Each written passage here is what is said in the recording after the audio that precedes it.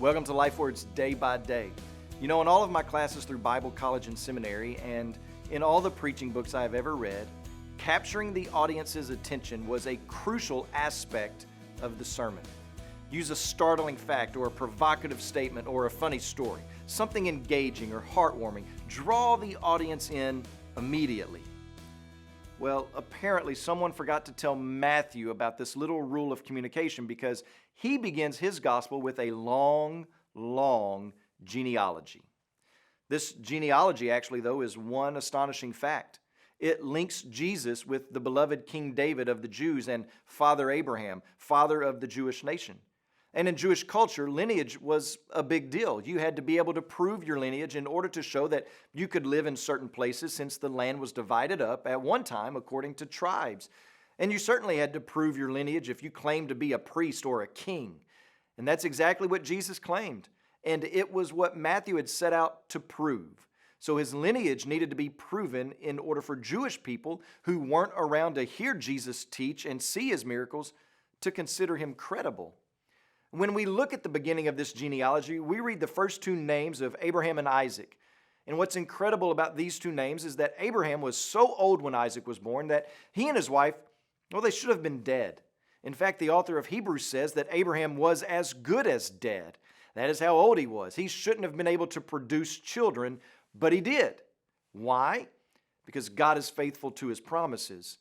And so from the beginning, we see that this kingdom is going to be a supernatural kingdom, that this promise is dependent on God doing something. So what we have here in the first parts of Matthew chapter 1 is Matthew saying that Jesus is a legitimate king in the line of Abraham and David, two pillars of the Jewish nation, and that his kingdom is a supernatural one. God was faithful to keep his unbelievable promise. And God fulfills his promise of sending a revolutionary king and kingdom to save his people because they are people in need. And your name could be on the list right along with all those other names. Your heritage, your family tree is just like what is listed in Matthew chapter 1. It's just a small snapshot of human history. So what is it that we learn from the genealogy that paints the picture of all mankind? Well, Israel had no reason to be proud of itself. Salvation and redemption and restoration would not be coming from mere man out of that lineage. It's not from within. And what we see is that it is from God.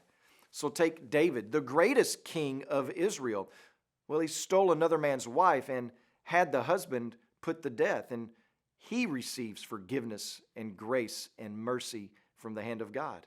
No one is able to save themselves. All, even the best on the list, stood in dire need of redemption by the blood of the promised one.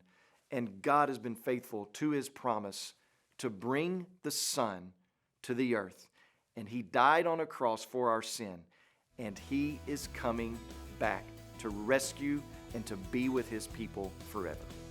As you pray today, please remember Oscar Guyton and his family, our Changemaker missionaries in Nicaragua. And also remember the Hungaza LifeWord broadcast that's heard throughout Rwanda, Congo, and Niger.